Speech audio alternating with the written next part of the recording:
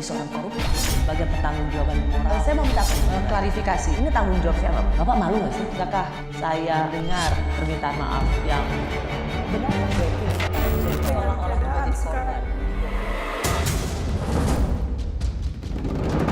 Kita sampaikan bahwa kita untuk rakyat Indonesia hanya cukup satu organisasi profesi.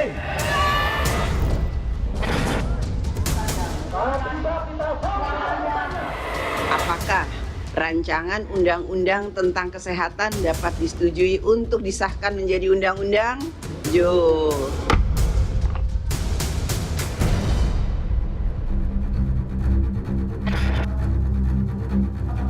Rancangan Undang-Undang Kesehatan akhirnya resmi diberlakukan sebagai Undang-Undang Kesehatan baru dengan meleburkan 10 undang-undang di bidang profesi kesehatan sebelumnya.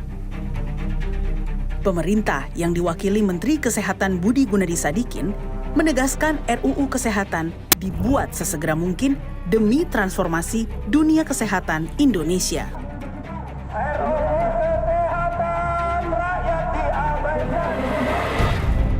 Pemerintah mendukung penuh RUU Kesehatan ini untuk perubahan yang lebih baik.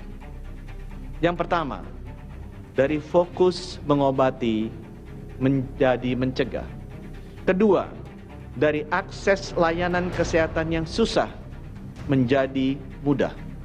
Ketiga, dari industri kesehatan yang bergantung ke luar negeri menjadi industri yang mandiri di dalam negeri. Keempat, dari pembiayaan yang tidak efisien menjadi transparan dan efektif. Kelima, dari tenaga kesehatan yang kurang menjadi cukup dan merata.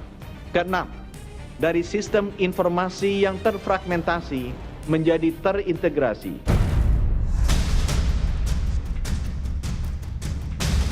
Meski tujuan baik RUU ini berulang kali disampaikan pemerintah, tetap saja penolakan dari sebagian organisasi profesi kesehatan terus diserukan.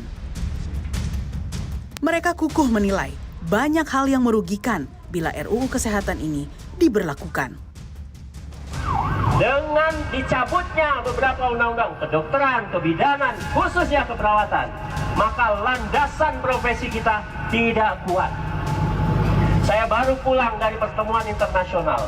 Semua negara mengeluhkan setiap profesi ada regulasi tingkat undang-undang supaya mereka kuat kapasitasnya, mereka supaya kuat pengembangan profesinya. Tetapi kita justru dihilangkan.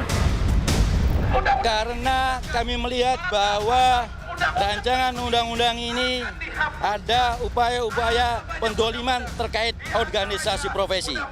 Menghilangkan organisasi profesi di dalam sebuah regulasi undang-undang yang ini kemudian sebagai cerminan bahwa perjuangan kami selama ini untuk masyarakat Indonesia dihilangkan dengan mudah. Namun, benarkah organisasi profesi benar-benar dihilangkan dalam Undang-Undang Kesehatan yang baru? Bila merujuk pada pasal 311, disebutkan tenaga medis dan tenaga kesehatan dapat membentuk organisasi profesi sesuai dengan ketentuan peraturan perundang-undangan. Hanya saja, kewenangan organisasi profesi khususnya ID menjadi tidak sepowerful dulu, terutama dalam hal penerbitan surat rekomendasi ID untuk izin praktik dokter. Nah, prinsip dari disusunnya undang-undang ini adalah kita mau simplifikasi perizinan. Kalau tadi 2 STRSIP, kenapa sih nggak dibikin 1? Kalau syaratnya 5, kenapa sih nggak dibikin 2? Ya. Kalau misalnya kita lihat substansinya apa, rekomendasi dari OP, itu tidak dipindahkan ya, hanya kita hapuskan, jadi tidak perlu. Itu untuk menjaga gimana kita tahu etikanya bagus atau tidak. Nah sekarang yang terjadi adalah etika seorang dokter disetujui oleh seniornya yang ada di kota tersebut. Itu bisa jadi sangat subjektif. Kalau ketemu oknum yang tidak baik, tidak suka, atau ada nepotisme, dia bisa tidak berikan dan kontrolnya sangat sulit. Selain soal dihapuskannya kewenangan organisasi profesi ID yang terlalu dominan, Undang-Undang Kesehatan baru juga menjawab kekhawatiran dibukanya keran dokter asing. Dalam undang-undang yang baru, sejumlah persyaratan ketat harus dipenuhi, bahkan undang-undang tetap memprioritaskan pemberdayaan dokter Indonesia. Lantas apa sebenarnya yang membuat Ikatan Dokter Indonesia dan beberapa organisasi profesi kesehatan bersikukuh menolak undang-undang kesehatan baru?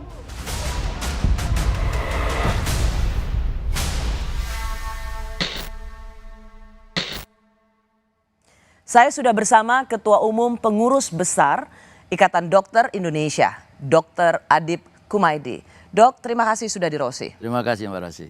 Saya mewawancarai Menteri Kesehatan Pak Budi Gunadi Sadikin beberapa waktu lalu. Setelah wawancara, kemudian saya mendapat banyak permintaan atau pesan dari IDI supaya IDI itu juga diwawancarai. Ya. Karenanya kali ini saya memberikan kesempatan kepada Ketua Umum PBID untuk berada di program Rosi. Terima kasih, Mbak. Apa keberatan dari apa keberatan IDI dari penjelasan Menteri Kesehatan yang waktu itu saya wawancara? Ya, jadi beberapa hal yang kemudian kalau kita bicara terkait dengan problematika kesehatan, kami Ikatan Dokter Indonesia ini sampai di tingkat cabang, ya 455 cabang yang kita kelola, ya kita tahu persis apa permasalahan kesehatan. Jadi tidak kemudian disimplifikasi, ya. Jadi apa yang mohon izin mungkin saya menyampaikan bahwa simplifikasi di dalam permasalahan kesehatan yang itu kemudian diterjemahkan dalam sebuah regulasi dan perlu adanya regulasi baru.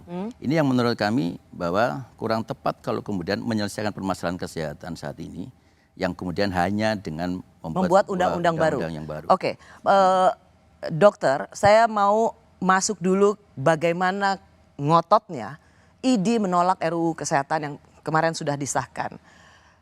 Sampai mau mogok nasional. Itu mengejutkan banyak orang bagaimana pejuang kemanusiaan demo dan mengancam mogok. Kok dokter tega pada para pasien bukannya memikirkan keselamatan pasien malah memikirkan mau mogok Tapi apakah nasional? dilaksanakan mogoknya kan tidak, Mbak? Betul, Ya. karena itu juga memberikan satu kritik. Kok dokter menelantarkan pasien? Katanya mau utamakan pasien, tapi kok malah demo? Ya, jadi pada saat kemudian kita membuat sebuah langkah advokasi di semua negara demokrasi pasti akan kemudian memberikan ruang sebenarnya untuk kemudian kita mengeksplorasi dan mengupayakan langkah-langkah advokasi di dalam konteks perjuangan profesi yang akan dilakukan. Dokter, keberatan IDI ini tercermin pesan kuatnya adalah sangat menolak karena IDI sebagai organisasi profesi tidak ada lagi dalam undang-undang baru ini. Kenapa kok kayak takut sekali para dokter ini mainannya dicabut? Seperti anak kecil yang mobil-mobilannya, bonekanya dicabut, diambil. Dan kemudian para dokter yang tergabung dalam IDI ini seperti marah dan ngambek total. Ya, saya kira itu perlu kita klarifikasi. Jadi problematika di Undang-Undang Kesehatan itu bukan problem yang kemudian berkaitan dengan masalah organisasi profesi saja, gitu lah. Kita bicara sekarang ada undang-undang, regulasi lex generalis, ada lex spesialis.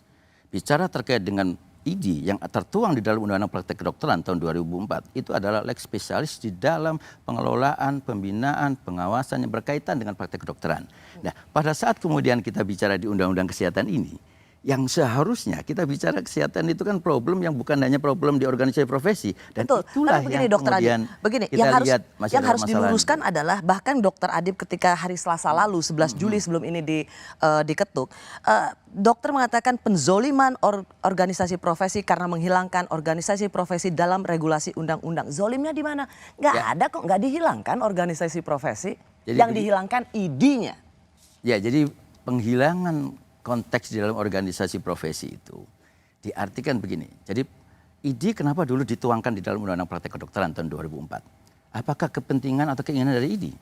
Walaupun kita bicara di dalam pembuatan regulasi pasti ada konsekuensi masalah politik dan kekuasaan.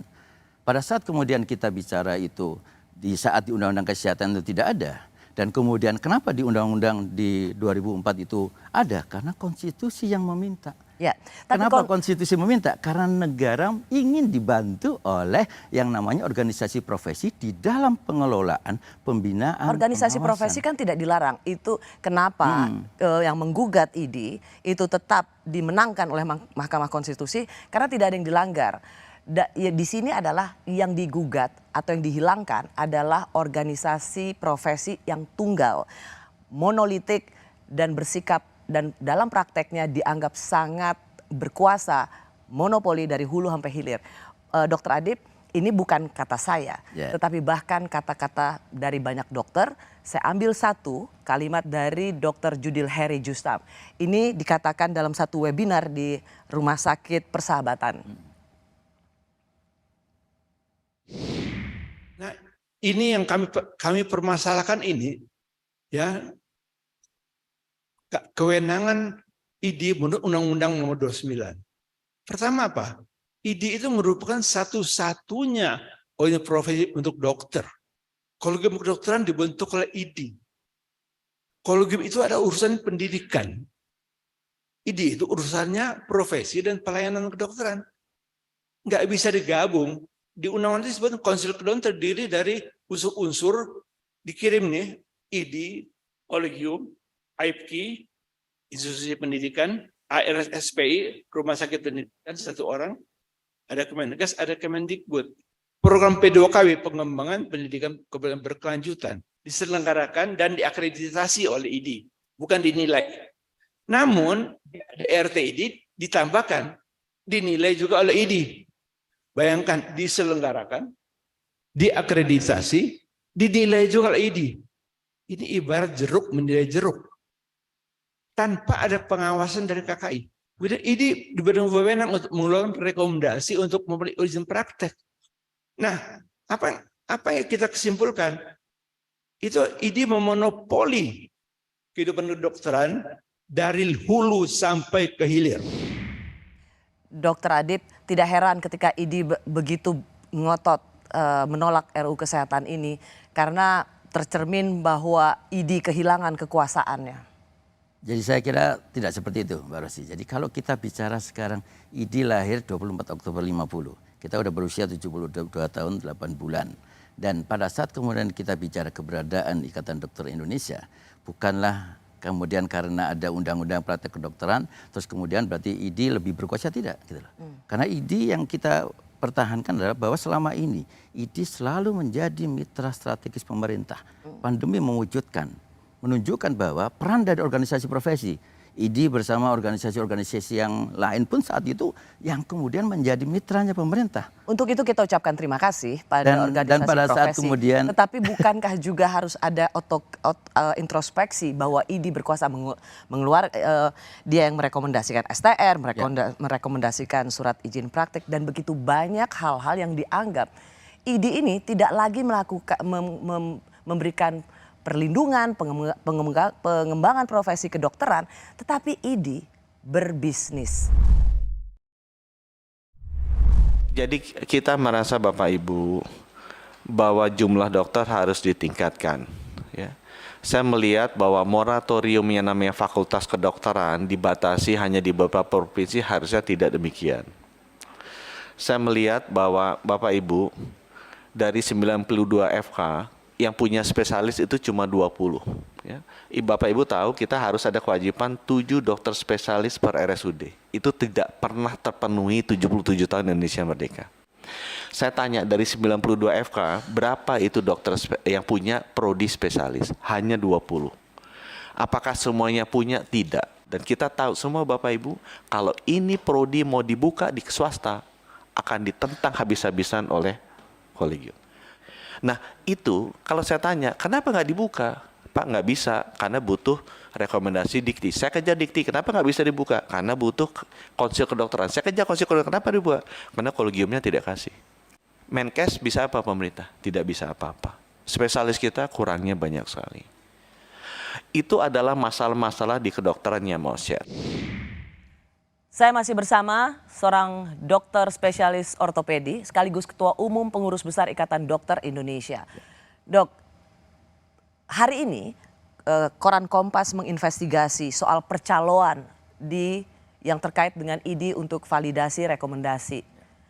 Ini menunjukkan bahwa praktek-praktek soal calo, berbisnis yang terkait dengan Ikatan Dokter Indonesia untuk mendapatkan kredit program itu benar adanya. Sekali lagi Dok, inilah mengapa para dokter yang tergabung di ID nggak mau kehilangan mainannya. Ya, saya kira kalau dimanapun di institusi apapun ya, kita nggak usah bicara di ID saja. Di apapun, katakanlah ada selalu pola-pola yang dilakukan dengan memanfaatkan situasi seperti itu.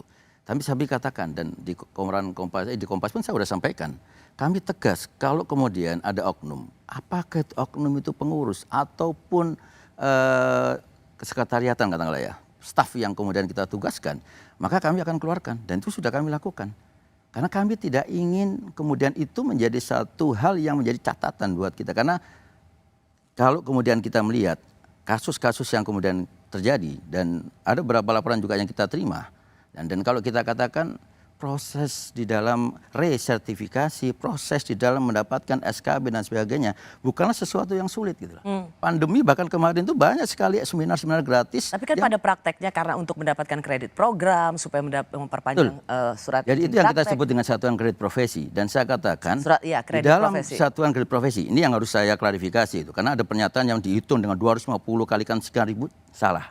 Karena kalau kemudian kita bicara 250 SKP, sebagian besar bisa dilakukan dengan saya seorang dokter spesialis ortopedi, saya berpraktek, saya mempunyai nilai SKP. Saya operasi, saya mempunyai nilai SKP. Saya kemudian ikut pengabdian masyarakat, ya, saya mendapatkan nilai SKP. Seminar hanya sekitar 25%. Kecil sebenarnya, tetapi praktek sehari-hari, Dokter Adib, saya rasa dokter juga tahu untuk mendapatkan kredit profesi itu yang dibikin adalah seminar-seminar, yang mana seminar itu dibikin juga oleh orang-orang yang tergabung di ID. Dok, saya mau tanya misalnya perpanjangan sertifikat kompetensi kolegium 1 juta, iuran 5 tahun ke depan 5 juta, perpanjangan STR KKI 300.000, kartu ID 50.000, iuran ID untuk 5 tahun ke depan 300 kali 12 kali 5 1,8 juta.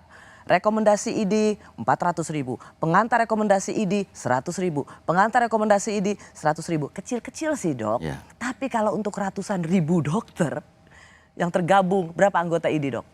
Saat ini sekitar 210.000. 210.000, itu satu orang rata-rata pengeluarannya hanya untuk mengurus seperti ini, dan itu wajib, itu 9.800.000. Enggak, ini saya bisnis. Kira kalau kita kemudian menilainya dalam konteks itu totally, enggak. Kenapa? Konsil uangnya bukan ke ID. STR itu ke konsil kedokteran. Ke konsil kedokteran itu ke kas negara, satu. Yang kedua, kalau kemudian kita bicara sekarang nilai yang ada, iuran ID itu Mbak Rosi tahu berapa? 30.000. Ya. 30.000 per bulan, sehingga kalau kemudian kita hitung dalam bertahun, dan kemudian mohon maaf, teman-teman kita karena kesibukannya di dalam pelayanan, dia akumulasi pembayaran itu per 5 tahun sesuai dengan pada saat dia pengurusan STR. Nah, inilah yang kemudian seperti tercermin, seperti kelihatannya itu besar gitu loh. Tapi sebenarnya kalau kita bicara nilai dan 30.000 itu mohon maaf. Kalau saya ngelihatnya kelihatannya kecil-kecil, tapi kalau diakumulasi jadi gede. Hampir 10 juta untuk setiap dokter, tidak semua dokter kaya raya. Mereka sendiri dengan gaji sering pas-pasan, tapi demi untuk membayar perpanjangan, rekomendasi, administrasi, ini jadi kayak bisnis, Dokter Adib. Saya kira bukan bisnis ini. Ini lebih ke arah bahwa di dalam pengelolaan organisasi, dan itu nilai yang sangat kecil. Kalau kita bicara 30.000, bicara sekarang di perhimpunan spesialis katakanlah juga ada nilai, dan itu melalui sebuah kesepakatan antar anggota. Dan saya katakan kalau kemudian ada keberatan, kesulitan, saya pernah membuat sebuah kebijakan untuk adik-adik kami internship yang baru lulus. Adik-adik internship tidak dipersyaratkan membayar iuran. 1 tahun tidak membayar iuran. Nah, itu adalah apa? Karena dalam satu proses di kita di organisasi profesi itu bukanlah proses birokrasi. Ini bukan organisasi birokrasi gitu loh. Ini adalah organisasi yang menjunjung tinggi nilai kesehatan. Jadi katakanlah namanya kalau SKP pun, ya ada banyak juga teman-teman kami yang kemudian, dok saya nggak pernah ikut seminar. Dan mereka juga mendapatkan fasilitasi tetap untuk resertifikasi karena kita tahu, oh kamu memang dokter dan berpraktek gitu loh. Dan ini yang kemudian kita lakukan gitu loh. Dok, atas nama kesejawatan gitu. Sering sekali juga kritik pada ID itu tidak berani dikatakan. Dan yang paling depan menentang RUU Kesehatan ini adalah para dokter yang tergabung dalam ID. Saya mau masuk soal pembelaan atau bagaimana argumentasi ID menolak RUU Kesehatan ini. Sebagai salah satu contoh adalah dalam demo dikatakan soal akan mengambil DNA orang-orang Indonesia dan dijual ke asing. Ini kira-kira cuplikannya. Saudaraku, bangsa Indonesia. Negara ini sejak 20 tahun yang lalu sudah punya banyak undang-undang yang melindungi data DNA untuk tumbuh-tumbuhan Indonesia, data DNA untuk fauna flora di Indonesia, ada undang-undangnya. Tidak ada satupun undang-undang yang melindungi data DNA manusia Indonesia. Belum ada. Tetapi RUU ini akan menjual data DNA rakyat Indonesia kepada orang asing. Jahat bukan? Jahat bukan? Jahat sekali. Jahat. Menteri Kesehatan akan menghadirkan peralatan canggih di semua puskesmas untuk mengambil data DNA seluruh rakyat Indonesia. Penyakit semuanya. Untuk siapa? Untuk asing.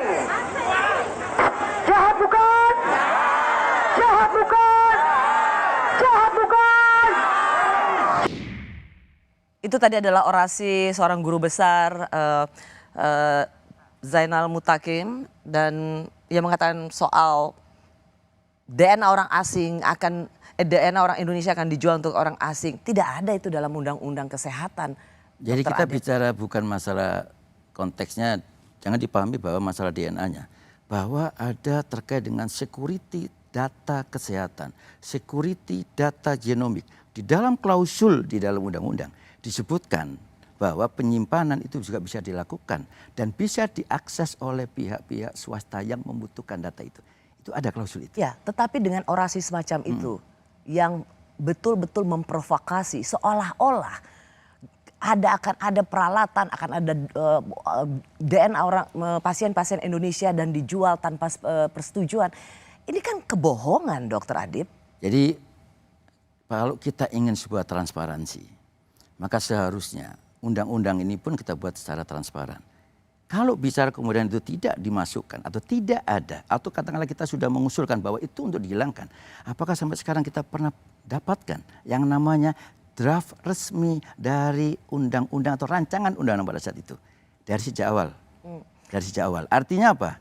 Sebentar, tapi yang ingin saya minta penjelasan adalah ketika seorang guru besar atau para dokter yang cerdik cendekiawan, para profesor bisa memberikan advokasinya seperti ini dan ternyata itu hoax, ngeri, ini mengerikan. Ketika para profesor dan guru besar orasinya ternyata hoax, kebohongan dan penghasutan. Jadi kalau kita kemudian melihat itu hoax atau tidak, maka kita bisa melihat sebenarnya isi draft yang berkaitan dengan data itu seperti apa. Ada nggak sekarang kemudian kita terbuka gitu loh. Baik itu DPR, baik itu pemerintah terbuka dengan isi yang berkaitan dengan data kesehatan. Itu ada gitu. Dan kita selama ini mendapatkan draft-draft itu, draft saya nggak tahu draft sumber dari mana. Dok, kalau misalnya itu adalah orang awam atau pemerhati kesehatan, tidak tahu cara mengunduh, tidak tahu cara mengambil, itu wajar. Kalau dari pengurus ID tidak bisa mengambil, jangan-jangan memang ID-nya yang tidak mau tahu, yang penting nolak. Karena ternyata di pasal 338 ayat 4, itu pengambilan, penyimpanan jangka panjang, pengelolaan dan pemanfaatan material dalam bentuk spesimen klinik dan material biologi dan sebagainya sebagainya wajib mendapatkan persetujuan dari pasien dan atau donor. Gak ada tuh yang dibilang akan diambil, jahat itu bukan? draft resmi nggak, Mbak? Itu yang sudah disahkan. Nggak, artinya itulah yang kemudian pada saat kemudian penjelasan terkait dengan isi dari undang-undang itu yang tidak terekspos dan transparan sejak dari awal. Sekarang Mbak Rosi bisa mengatakan tuh, kapan itu didapatkan? Baru kemarin mungkin. Tapi pada saat kemudian kita bicara itu dalam konteks draft RUU, isi detail. Dan kalau kita melihat dalam aspek penjelasan daripada sebuah undang-undang, kita tidak bisa melihat pasal. Karena ada ikutannya, kelanjutan Itu yang tadi saya bilang, kalau misalnya itu hanya orang awam atau sekedar pemerhati kesehatan tidak dapat melihat draft itu wajar. Tapi kalau seorang guru besar, pengurus ID tidak bisa mendapatkan akses itu, ya itu wajib dipertanyakan. Ya jangan-jangan memang mau menolak aja. Karena ternyata banyak sekali yang menjadi pembelaan ID itu tidak terbukti. Contoh misalnya soal dokter asing. Kita akan melihat bagaimana ada orasi-orasi tentang dokter asing dapat karpet merah. Ini dia. Jadi kalau bicara kepentingan rakyat, bagaimana mungkin mereka mendatangkan dokter asing yang akan meraup uang-uang rakyat untuk kesehatan? Justru adik-adik mahasiswa kita ke depan, ketika Anda lulus, Anda nanti akan bersaing dengan dokter dan tenaga kesehatan asing. Apakah adik-adik mahasiswa mau untuk bersaing ke depan? Apakah adik-adik mahasiswa mau bahwa uang-uang rakyat kita akan dibawa oleh orang dokter-dokter asing dan tenaga kesehatan asing ke luar negeri? Apakah Anda bersedia? Tidak tentunya. Saya curiga ini adalah sebuah bentuk neoliberalisasi, penjajahan model baru kepada kita. Jangankan persoalan kesejahteraan kita yang tidak terpikirkan, malah ingin mendatangkan perawat asing untuk masuk sebanyak-banyak ke Indonesia. Dokter Adib, kenapa takut sekali dengan kehadiran dokter asing? Mbak Rosi, saya ikut terlibat di dalam namanya ASEAN Joint Committee Meeting Medical Practitioner. Dari mulai pertemuan sampai ke terakhir pertemuan saya ikut yang ke-88 kali. Ada kesepakatan di tingkat ASEAN yang mengatakan bahwa pada saat kita mempersiapkan free flow, maka kita harus ada namanya selective barrier. Apa selective barrier itu? Selective barrier. Selective barrier. Oh, barrier. Okay. Barrier. Jadi pada saat kemudian kita bicara sekarang, saya mencontohkan negara Singapura saja. Singapura orang asing bisa masuk ke negara mereka dengan syarat. Apa? Satu, lulusan. Dia hanya mensyaratkan untuk yang dari India, hanya dari Universitas New Delhi dan Catholic University dari India. Dia untuk Malaysia hanya UKM sama Universitas Malaya. Kita punya nggak sekarang sebuah daftar yang mengatakan bahwa lulusan luar negeri atau WNA yang akan masuk ke Indonesia itu adalah yang kemudian dari negara dengan kualifikasi. Kita belum pernah membicarakan itu. Sehingga pada saat kemudian kita sekarang, nggak usah ke undang-undang ini dulu deh. Sudah muncul Permenkes nomor 6 2023 terkait dengan tenaga kerja warga negara asing. Di mana di dalam persyaratannya itu dengan mudah. Ya kenapa? Nggak perlu bahasa Indonesia. Terus kemudian di undang-undang ini disebutkan juga cukup portofolio 5 tahun. Nah inilah yang kemudian di saat negara lain melakukan sebuah barrier, kita dengan mudah tanpa membuat selektif dengan hanya berdasarkan portofolio. Sehingga itu kenapa saya selalu katakan disinilah fungsi organisasi profesi. Yang tahu dokter ortopedi dari luar negeri itu siapa? Ya, kami juga kan dokter ortopedi juga. Dok, gitu. Tapi kan pada kenyataannya dalam undang-undang kesehatan ini tidak seperti yang dicemaskan atau yang dinarasikan oleh ID. Karena ketat sekali kedatangan dokter asing itu ya betul-betul atas permintaan karena adanya kebutuhan. Sehingga tidak benar bahwa mereka bisa langsung diberikan karpet merah. Mbak Rosi, kalau kita bicara kebutuhan. Dan termasuk harus ada pelatihan atau pendampingan untuk bahasa Indonesia. Kebutuhan, maka saat ini kita dihadapkan dengan industrialisasi kesehatan. Pada saat kemudian kita bicara kebutuhan, masuknya investasi pasti akan membawa SDM. Sehingga kalau kita tidak kemudian membuat sebuah barrier, maka masuknya investasi itu keberpihakannya jadi bukan padanya bukan warga negara lokal. Ya ini yang harus kemudian kita tegaskan. Saya bingung dokter. Kalau misalnya tujuannya adalah untuk pelayanan kesehatan, masyarakat Indonesia jadi lebih cepat sembuh, pelayanan kualitasnya lebih baik. Kok dokter-dokter lokal kita malah ketakutan? Siapapun dokternya, mau kulit putih, sipit, mata belok, hidung pesek. Kalau itu utamanya untuk kesehatan masyarakat, kenapa ini kok? Gak ada yang bukan masalah ketakutan. Kok kayaknya seperti tidak ada yang ketakutan. Dan saya jamin teman-teman dokter pun. Saya seorang dokter spesialis dan saya selalu berkomunikasi kan kebetulan saya sekarang presiden dari MASEAN, Ikatan Dokter Indonesia ASEAN. Dan apa yang kemudian kita lakukan dalam satu upaya bukan memproteksi orang asing yang masuk gitu loh. Tapi kita harus punya langkah-langkah yang kemudian kita harus lakukan dalam proses seleksi gitu loh. Apa dengan mudah orang asing akan masuk gitu Ada, loh. misalnya di pasal 251 Undang-Undang Kesehatan yang baru disahkan kemarin dokter, tenaga medis spesialis dan subspesialis serta tenaga kesehatan tingkat kompetensi tertentu WNA, lulusan luar negeri, bisa melakukan praktek pada fasilitas pelayanan kesehatan di Indonesia dengan ketentuan permintaan dari fasilitas pelayanan kesehatan, alih teknologi ilmu pengetahuan, jangka waktu paling lama 2 tahun dan bisa diperpanjang 1 kali dan hanya untuk 2 tahun berikutnya. Jadi gak ada liberalisasi itu yang tercantum dalam undang-undang kesehatan ini dok. Karena kita bicara sekarang pada saat kemudian selektif ya tidak hanya sekedar dikatakan seperti itu. Harus ada ketegasan dari sebuah regulasi memberikan kepastian hukum. Apa yang tidak tegas dari sini? Jadi pada saat kemudian situ, ada nggak kemudian sebuah syarat bahwa kompetensi Apa syarat kompetensi itu? Satu. Yang kedua, letter of good understanding. Saya dokter Indonesia yang mau keluar ini negeri. itu sangat tidak birokratis. Tapi baru saja saya mendengar penjelasannya birokratis amat. Bukan dari kita, karena PMRA. PMRA itu bukan melibatkan ini. Jadi saya katakan, di dalam Professional Medical Regulation Authority, itu kewenangan ada di Kementerian Kesehatan dan di Konsil Kedokteran. Bukan ID. Jadi sekali lagi proteksi itu dilakukan oleh negara, bukan oleh ID. Ya. Jadi ID, Konsepnya kan gini, Dok. tidak dalam konteks itu. Gitu loh. Kekurangan sekali dokter spesialis. Ya. Ada ada sekitar 6.000 bayi yang begitu saya dengar dari wawancara Menteri Kesehatan, 6.000 bayi dia harus meninggal karena kelainan jantung, karena tidak mampu ada dokter spesialis. Dan begitu banyak ratusan ribu, paling tinggi adalah stroke dan jantung. Kita ini dokter asing bukan untuk dokter umum, jadi nggak usah ketakutan dokter-dokter umum, tapi dokter spesialis yang sungguh dibutuhkan. Kenapa IDI tidak melihat itu demi kepentingan pasien Indonesia? Pak Rosi, kita bicara data sekarang ya. Kita punya 92 fakultas kedokteran. Saat ini sudah dibuka moratorium pembukaan fakultas kedokteran baru. Ini untuk produksi dokter. Saat ini jumlah dokter 210.000. Kalau kita totali dengan katakanlah ada yang dikatakan standar WHO 1/1000. Walaupun sebenarnya yang kami pahami WHO standarnya 1/2500. Tapi pada saat kemudian kita bicara 1/1000 dengan 275.000, maka kita sebenarnya kekurangan hanya sekitar 56.000 atau 60.000 dokter. Pada saat kemudian kita bicara produksi. Hanya kekurangan. Sebentar, saya harus sampaikan dulu ini. Ini bicara data, enggak artinya bicara data. Karena kita bicara produksi.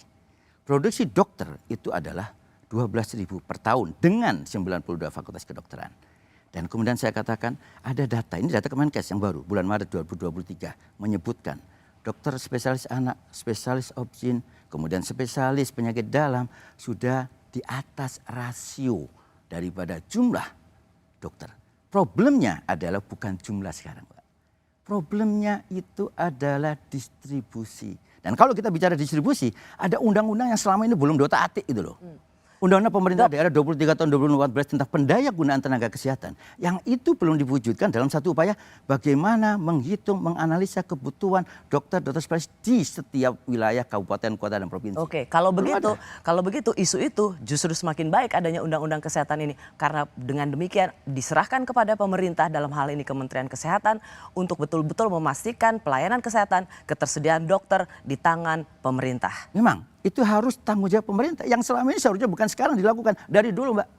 Harusnya dari dulu dilakukan. Betul, tetapi mereka terganjal dengan STR, mereka terganjal dengan SIP yang tidak bisa dikeluarkan oleh pemerintah pusat, pemerintah daerah tanpa rekomendasi dari IDI. Dan inilah yang dibongkar saat ini dan tidak dihapus. Semua, Mbak Rosi, tidak semua, saya katakan, tidak semua. Dan saya bicara bukan atas nama organisasi. Karena kalau ada problem-problem di lapangan, saya kira itu problem oknum. Kalau kemudian dikatakan sekarang, ada nggak kemudian rekomendasi yang kemudian dipersulit? Ya. Banyak. Banyak itu nominal, Pak. Berapa jumlahnya? Jadi itu yang harus diketahui. Dan pada saat kemudian kita bicara, saya menjabat pertama kali menjadi ketua IDI, saya selesaikan kasus di dalam satu wilayah karena dia memang dihalangin. Dan kami punya kewajiban. Praktek penghalang-halangan seorang dokter untuk STR atau dipersulit atau harus ada uang misalnya. Dan kemudian surat izin praktek harus ada rekomendasi IDI. Kemarin-kemarin memang prakteknya, maaf dok, brengsek kan? Saya tidak mengatakan brengsek, pasti ada oknum.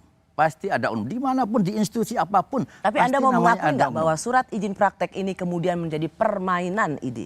Saya tidak katakan permainan. Karena kalau kita bicara permainan, kita bicara data. Berapa persen yang kemudian dipersulit. Dan saya punya tanggung jawab dan saya berani menjamin saya akan selesaikan jika ada yang teman-teman dokter yang dipersulit terkait dengan masalah rekomendasi. Baik. Setelah sah, surat rekomendasi IDI untuk para dokter berpraktek pun dihapus. Maksudnya setelah sah RUU Kesehatan menjadi Undang-Undang Kesehatan. Benarkah surat rekomendasi IDI menjadi biang sulitnya Indonesia memiliki banyak dokter spesialis? Bahwa pendidikan dokter emang harus diperbanyak. Jangan dimonopoli di negeri aja. Jangan ditutup di satu provinsi, dibuka dong di seluruh Indonesia. Jangan kemudian mau jadi dokter dipersulit oleh para elit-elitnya, nggak boleh gitu. Jangan kalau izin praktek kemudian jadi susah. Orang Indonesia mau pulang masuk sini kenapa dipersulit? dengan segala macam kuncian sana kuncian sini gitu kan. Itu kan justru dengan itu kan bikin bingung gitu kan, karena aturan di sini bilang gini atau susah lagi nanti bawa diaspora masuk tuh orang-orang pintar karena dikunci sana dikunci sini gitu. Buat saya itu sih Bapak Ibu ya. Saya masih bersama dengan Ketua Umum Pengurus Besar Ikatan Dokter Indonesia, Dr. Adip Kumaydi. Dok, jadi memang bagaimana anak bangsa di luar negeri mereka berpraktek di rumah sakit di luar negeri, anak bangsa ini nggak bisa dengan mudah berkarya untuk tanah airnya sendiri. Idi biang keroknya. Jadi ini perlu kita klarifikasi juga karena kami juga pernah mendapatkan kuliah sejak tahun 2014. Pak Jokowi, kemudian almarhum Presiden Habibie juga pernah menyampaikan kepada kami untuk gimana supaya ID juga bisa membantu terkait dengan permasalahan-permasalahan dari dokter-dokter diaspora ini. Saya 2014 itu sudah melakukan pertemuan. Saya mengkolek adik-adik lulusan Rusia, Tiongkok, Filipina, Jerman, Turki, Mesir. Kami punya datanya pada saat itu. Dan kami lakukan kemudian mengidentifikasi apa sih problem. Kenapa Anda sulit kemudian masuk ke Indonesia dalam konteks untuk kembali. Temuannya? Saya tidak, jadi gini, yang pertama yang harus kita sampaikan adik-adik kita yang sekolah di luar negeri bukan karena dia kaya, tidak. Mereka sebagian besar karena beasiswa. Dan mereka ingin kembali ke negaranya. Yang pertama yang harus kita lakukan adalah pada saat kita menginvestigasi permasalahan problem yang lama itu adalah verifikasi penyetaraan ijazah yang itu lama di Kementerian Pendidikan. Bisa sampai 7 bulan, bisa sampai 1 tahun. Kenapa lama? Oke, katakan lama itu penyetaraan ini. Kenapa lama? Kenapa? Indonesia tidak pernah membuat sebuah rekomendasi. Kalau kalian mau ngambil ke fakultas kedokteran di Filipina, ini yang kita rekomendasikan. Kalau kita mau ke Mesir, ini yang kita rekomendasikan. Jerman ini, Tiongkok ini. Dan itu tidak ada. Sehingga kalau kemudian mereka itu sekolah kemana-mana ya wajar gitu loh. Dan pada saat mereka kembali, pada saat mereka kembali apa kontribusi ID untuk mempermudah itu? Yang terjadi prakteknya dari para dokter diaspora yang bercerita itu adalah yaitu justru penghambatnya adalah surat izin praktek dari ID. Harus adaptasi dan itu seolah mempersulit itu anak bangsa bukan untuk dari kembali. ID. Jadi kebijakan adaptasi, regulasi adaptasi itu bukan dari ID, tapi dari negara melalui Kementerian Pendidikan. Oke. Yang harus saya klarifikasi. Kenapa? Pada saat kemudian dia itu akan kembali, maka dia akan adaptasi. Kenapa harus diadaptasi? Ini saya ambil contoh. Di Cina, di Tiongkok, itu ternyata ada 2 jalur untuk pendidikan kedokteran. Ada traditional Chinese medicine dan Western medicine. Pada saat mereka kembali, mereka juga harus kita nilai. Ini sebenarnya yang dari mana? Kami pernah mengusulkan ini ke Kementerian Pendidikan. Ayo kita verifikasi saja mana fakultas kedokteran yang dari Tiongkok, Filipina yang kita rekomendasikan supaya adik-adik kita yang mau ngambil sekolah di luar negeri itu memang ke fakultas kedokteran yang memang kita rekomendasikan. Pada saat itu nggak ada Dok, saya sih tidak merasa itu menjawab pertanyaan saya. Karena atau pertanyaan banyak orang, kenapa anak bangsa, para dokter yang sudah berkarir cemerlang di luar negeri nggak bisa atau sekolah di luar negeri nggak dengan mudah datang ke Indonesia itu karena ID sendiri tidak berbuat apapun atau secara berarti bagi kembalinya anak bangsa yang berprestasi sebagai dokter. Nggak ada kok apa kontribusi ID. Mbak Rosi, pada saat kita mengumpulkan tadi dan setelah kita tahu permasalahannya, maka sebenarnya permasalahan itu adalah birokrasi di tingkat pemerintah sendiri. Yang itu kemudian sudah dijawab sebenarnya. Dengan apa? Permenkes 14 2022.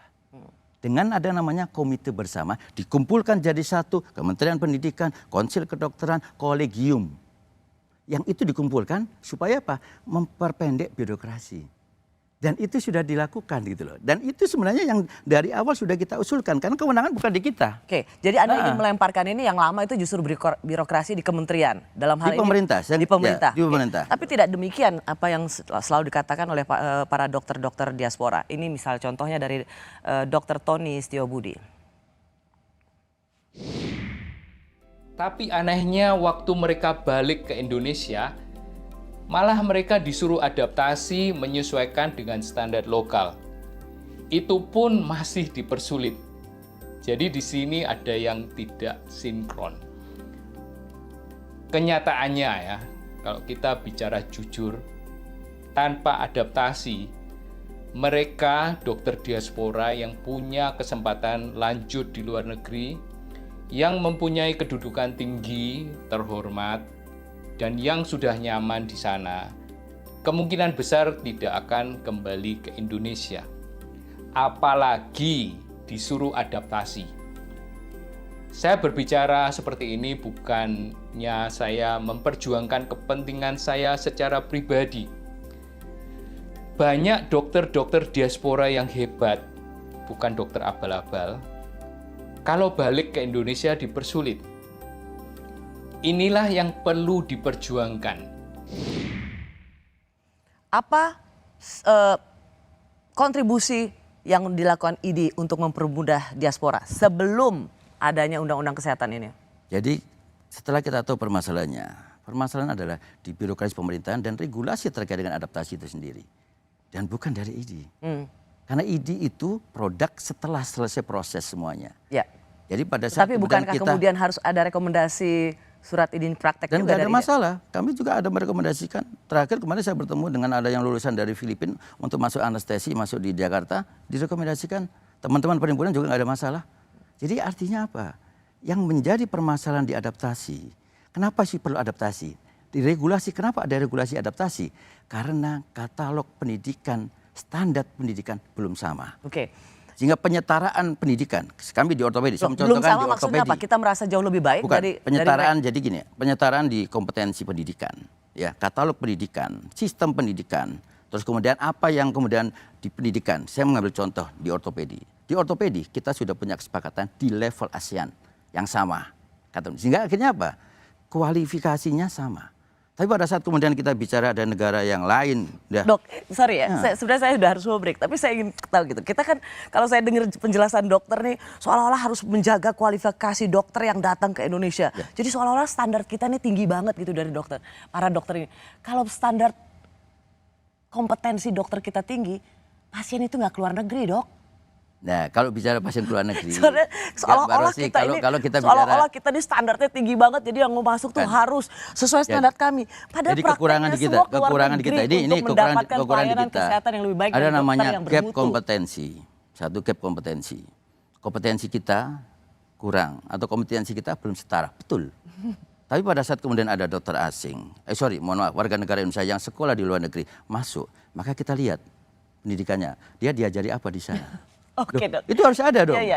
Itu harus ada dong. Itu kan itu sebagai bagian dari kita untuk menjamin patient safety bahwa dia dilayani oleh dokter yang memang sesuai dengan kualifikasi. Itulah tanggung jawab negara, bukan tanggung jawab ID ya. Tanggung jawab negara dan itu kenapa muncul regulasi adaptasi. Gitu. Saya setuju lah, memang kita harus punya standar kompetensi yang tinggi. Cuma dari tadi maaf saya tidak dapat menahan tertawa karena kalau memang udah kita tinggi-tinggi banget standar kompetensinya, nggak banyak orang Indonesia berobat ke luar negeri. Anyway, itu saja menjadi komen saya karena kita akan masuk ke bagian terakhir. Ikatan Dokter Indonesia kini berada di ujung jalan setelah Undang-Undang Kesehatan resmi disahkan. Apakah organisasi profesi ini bubar jalan atau tetap bertahan? Jadi menurut dokter harusnya ID tidak mengatur izin praktek dokter. Betul. Tidak perlu mengeluarkan rekomendasi untuk izin praktek. Biar pemerintah yang atur semuanya itu. Karena itu hak pemerintah untuk pelayanan pada masyarakat. Bukan hak organisasi profesi. Dan kalau itu yang terjadi penyesatan perundang-undangan. Saya masih bersama Ketua Umum PBID Dr. Muhammad Adib Kumaydi. Dok, jadi sesungguhnya bubarkan ID, lalu kemudian ID tidak diperlukan lagi begitu, terlepas dengan seluruh pro kontranya. Sebenarnya kritik pada ID itu atau pertanyaan-pertanyaan besar tentang ID yang sesungguhnya sangat dominan, menguasai hulu hilir dan bahkan otoriter, itu yang berani cuman Dr. Terawan. Dr. Terawan cukup beruntung. Iya, saya mewawancarai dia karena berani, karena apa? Punya bisa dibilang privilege. Banyak dokter tidak berani bicara soal praktek-praktek yang dilakukan oleh ID. Menurut dokter, adakah introspeksi sebagai ketua umum? Mengapa ID sesungguhnya memang seperti organisasi yang bagi banyak orang itu dianggap sebagai biang kerok dari pelayanan kesehatan? Ya, kalau saya coba meluruskan, ya, bukan biang kerok. Tapi ID sebagai penjaga profesi dianggap oleh satu kepentingan kelompok menghalangi kepentingannya. Itu. Jadi penjaga profesi inilah yang kemudian kalau penjaga profesi bisa diartikan secara organisasi tugas ID sudah jelas, gitu loh. Ada tugas yang bukan karena negara, tapi tugas yang kemudian sebagai medical association, ya, dan itu ada di World Medical Association. Kemudian tentang pemahaman bahwa di ID ada namanya body of knowledge, karena organisasi profesi. Ada namanya etik, ada yang namanya juga menjaga kompetensi. Dan menjaga kompetensi itu untuk siapa? Untuk rakyat. Sehingga itulah kenapa di Mahkamah Konstitusi disebutkan bahwa keberadaan ID dan PDG dalam putusan Mahkamah Konstitusi, bahwa keberadaan ID dan PDG itu memberikan kepastian hukum kepada masyarakat. Gitu. Ya. Sehingga kalau kemudian ada sekarang dianggap biang kerok, mohon maaf, mungkin tugas penjaga profesinya itu dianggap menghalangi kepentingan-kepentingannya. Dok, kalau misalnya kan ID menjaga etik itu juga selalu dikatakan oleh mereka yang menentang dari bagian ID tidak ada yang menjaga etik profesi lagi ketika ID ini tidak satu-satunya organisasi profesi. Tapi kan pada kenyataannya dengan undang-undang ini justru majelis etik sudah ada, tetap ada. Justru itu yang akan melindungi para dokter nakes dari kriminalisasi. Hanya bedanya majelis etik ini tidak lagi berada di bawah ID. Mbak Rosi, kalau kita baca undang-undang lebih detail, ada 5 hal yang kemudian harus diperhatikan di dalam pelayanan kesehatan. Standar pelayanan, standar kompetensi, kemudian ada standar profesi, etik dan kebutuhan kesehatan pasien. Ya. 2 ini tidak ada penjelasannya lebih lanjut, Mbak. Etik dan ini tidak ada penjelasannya lebih lanjut.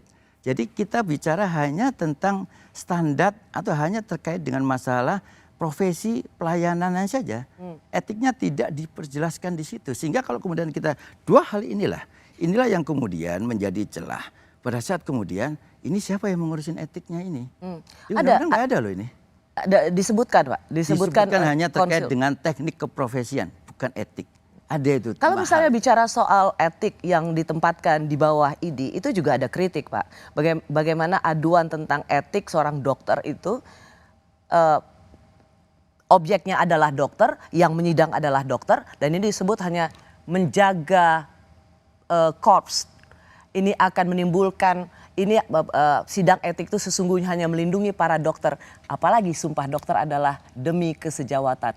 Mana berani dokter menghukum koleganya sendiri? Jadi itulah yang kemudian, jadi bedakan antara etik, disiplin keprofesian sama hukum itu sendiri. Di disiplin ada namanya Majelis Kehormatan Disiplin Kedokteran. Jadi kenapa di dalam Undang-Undang Praktek Kedokteran, kemudian ada Konsil Kedokteran, di mana di bawahnya ada namanya Majelis Kehormatan Disiplin, yang di situ ada unsur masyarakat. Ada unsur masyarakat gitu loh. Yang ada di dalam Majelis Kehormatan Disiplin. Sehingga kalau ada kaitan-kaitan dengan aduan-aduan dari masyarakat, maka di situlah kemudian ada namanya pengadilan profesi. Terus apakah kemudian tidak ada orang yang ditegur atau ini setelah ada kasus etik, kasus disiplin? Ada banyak yang kemudian di 6 bulan STR-nya dicabut, 1 tahun. Ada. Jadi itu yang harus kami sampaikan ke masyarakat, bukan berarti kita melindungi anggota kita yang salah, tidak. Yang tercermin, Dr. Adib, yang tercermin sebenarnya citra yang ditimbulkan dari ID ini bukan alih-alih bersikap tegas terhadap dokter yang terbukti lalai atau melanggar etik, tetapi justru hanya melindungi dokter, melindungi ID, dan justru bersikap tegas pada dokter yang kritis terhadap ID. Misalnya dokter yang setuju dengan RUU Kesehatan kemudian ditegur, atau kemudian juga Dr. Tony misalnya menerima surat atau dari Kementerian Kesehatan Singapura mengirimkan surat. Tapi saya mau tanya dulu, benar Dr. Adib mengirim surat ke Singapura terkait dengan kritik-kritiknya Dr. Tony pada ID? Pada saat kita bicara terkait kebebasan berargumentasi, itu demokrasi memberikan ruang untuk itu. Tapi pada saat itu kritik itu berpotensi fitnah, maka itu menjadi tanggung jawab kami untuk memberikan penjelasan. Nah, itulah yang kemudian kita lakukan. Apakah kemudian sampai saat ini, mohon maaf, ada teman-teman yang pendukung RUU atau bahkan ada membuat organisasi, sampai sekarang pernah nggak kita pecat dari organisasi? Tidak ada. Bahkan yang mengatakan di media, mengatakan dia mundur dari ID. Sampai sekarang pun tidak ada yang mundur dari ID walaupun dia menyatakan itu di media. Saya tegas itu. Kenapa? Ada yang mundur kok. Tidak ada. Dokter Jawa Timur? Tidak ada. Jadi tidak ada yang mundur dari keanggotaan Ikatan Dokter Indonesia. Saya pertegas itu karena walaupun dia berbeda gitu loh. Ya, tetapi impresi ini menjadi kental karena ID ini alih-alih juga untuk menegakkan etik sesama dokter, tetapi lebih galak pada dokter yang bersikap yang kritis pada organisasi ID. Ini kan jadi kebalik-balik, Dokter Adi. Saya kira tidak galak, lebih konteks adalah pada saat kemudian ada pendiskreditan, ada fitnah. Kita bicara sekarang kebebasan berargumentasi, silakan. Kita berdiskusi tentang RUU, pro kontra, silakan. Tapi pada saat itu muncul ada fitnah, ada pendiskreditan, maka kami harus mengklarifikasi. Dan sampai sekarang pun kalau bidang sekarang ada proses Di mana proses fitnahnya, pembinaan. Dok? Apa fitnahnya misalnya? Saya tidak mengatakan dalam konteks untuk secara pribadi sekarang. Ya, tapi pada saat kemudian kita bicara tugas, fungsi ID, terus kemudian ada hal-hal yang dianggap bahwa ID kemudian dengan sewenang-wenang dan sebagainya. Nah ini kan ada hal-hal yang saya kira perlu kita baca dan dinamika di dalam diskusi di dalam RUU ini terus terang memberikan sebuah beban psikologis di antara teman-teman dokter dan memecah belah di internal teman profesi dokter karena ada kubu pro dan sebagainya. Dan pada saat kemudian kita bicara tadi diskusi, silakan. Ya. Tapi pada saat kemudian si ini ngomongin si A, si B, Oke, saya kira ya. menurut saya itu menghilangkan nilai-nilai dalam kesehatan. Saya rasa ini akan menjadi ujian terbaik untuk ID. Karena dia tidak menjadi satu-satunya organisasi profesi yang disebutkan dalam undang-undang. Kalau ID bisa mereformasi, mentransformasi dirinya sebagai organisasi profesi yang dicintai oleh para dokter dan kemudian masyarakat melihat ada kebutuhannya, maka kesan yang selama ini ada pada ID akan berbalik. Dan saya rasa Pak Adip, ini adalah ujian terbesar Anda untuk mengembalikan reputasi ID menjadi reputasi organisasi profesi yang terhormat. Ya, karena ID selalu dilandasi pada strong alignment, ikatan kesehatan. Kita punya organisasi yang adaptive structure. Baik, saya rasa itu sudah Pak Adip strategi. katakan, tetapi sekali lagi banyak yang tidak melihat itu terjadi pada ID dan tanggung jawab Anda untuk mengembalikan reputasi ID. Terima kasih Pak Adip. Saya sudah memberikan kesempatan bagi Anda untuk bicara soal penolakan RUU Kesehatan yang sudah menjadi Undang-Undang Kesehatan. Sekali lagi terima kasih. Saya Rosyana Silalahi, terima kasih sudah menyaksikan Rosi. Tetaplah di Kompas TV, independen, terpercaya.